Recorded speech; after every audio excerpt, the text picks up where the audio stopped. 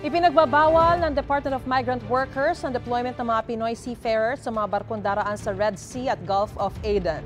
Idinagdag na ang mga nabanggit na lugar sa listahan ng high-risk areas at war zones ng International Transport Workers Federation at International Bargaining Forum. Mas mahigpit na rin ang guidelines ng DMW at Philippine Maritime Industry Tripartite Council para sa mga Pinoy seafarer. Matatandaan nitong mga nakalipas na buwan, ilang Pinoy seafarer ang na-hostage matapos kubkubin o atakihin ang kanilang mga barko sa Red Sea at Gulf of Aden.